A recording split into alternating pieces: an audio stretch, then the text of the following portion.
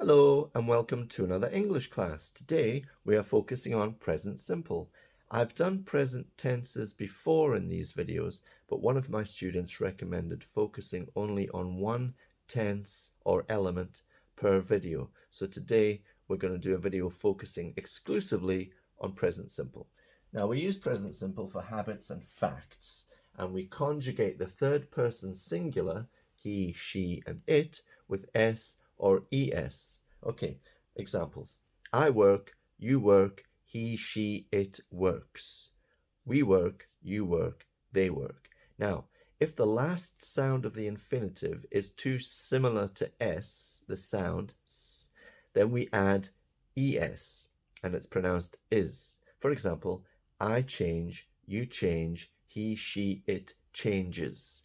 We change, you change, they change. I did a video on that called English Pronunciation. It was my very first video, so have a look for that in my playlist, English Classes, and you'll get all the rules about that. Okay, so let's look at some positive sentences in present simple. Also, I thought I would use some interesting verbs today to make it more interesting, so hopefully you will learn some new verbs as well. I water my plants every day. To water is to give water to plants or garden, something like that. Something which needs water to live. Okay? She airs her flat when she gets home. She opens the window to allow fresh air into the flat, okay, because that's very important. If the windows have been closed, you get home, you open the windows, fresh air. That's nice. She airs her flat when she gets home. Third person singular, airs, gets, okay? These are habits. He lacks confidence. This is a fact. He lacks confidence. He doesn't have enough confidence. He is without enough confidence. In certain situations, maybe, but he lacks confidence. The sun sets in the west. The sun sets in the west. The sun rises in the east. The sun sets in the west. There's another example, rises, because rise is too close. It's difficult to differentiate. So, rises, okay?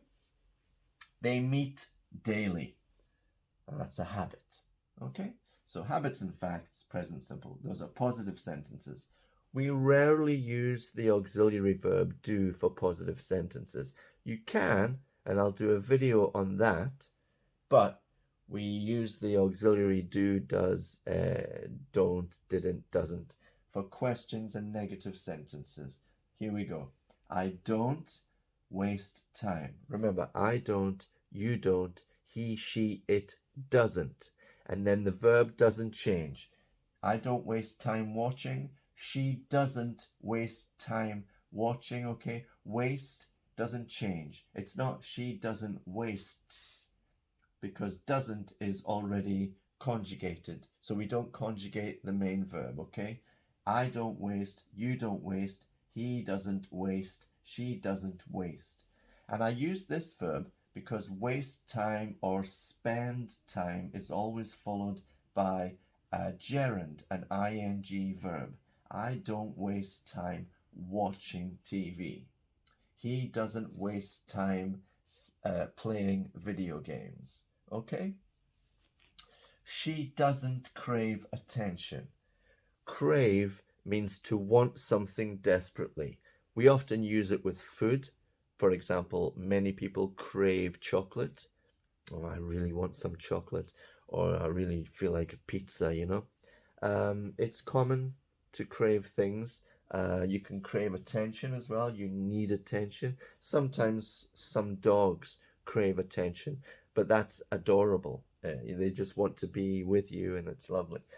She doesn't crave attention, okay? She doesn't desperately need attention. It doesn't matter to me. It's not important. It doesn't matter to me. Should we keep this table? It doesn't matter to me. I don't care. Okay? We don't rush our classes. To rush is to do something quickly. Perhaps it's necessary. Rush to work, rush to the station, rush to the airport because you don't want to miss the flight or train or whatever. We don't rush our classes. That's another example of ES. Class, plural, classes, because class, you don't know if it's singular or plural. So classes. Check that video, English pronunciation, the first one I did. We don't rush our classes. No, we don't rush. You don't rush something where you need to take information. You want to get the information properly. You don't rush. Okay? Questions. Do you overthink? Overthink is to spend too much time thinking about something. I overthink. Do you overthink? Okay. Does she humble you? To humble you is to make you feel that you could do more, or that someone else is doing so much. Maybe she's an extraordinary person. She's very capable. She does lots of things. And maybe you think about what you do and you think, oh, I could do more. So does she humble you? Humble is an adjective, but it's also a verb as well. Okay? I would guess in translation it would be humillar, or I don't know. I don't want to take guesses. Does she humble you?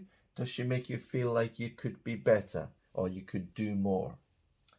Does the music move you? Does the music touch you emotionally? Do you feel emotions when you listen to the music? I do. Does the music move you? There's songs where you hear this move you. You know, it doesn't move me.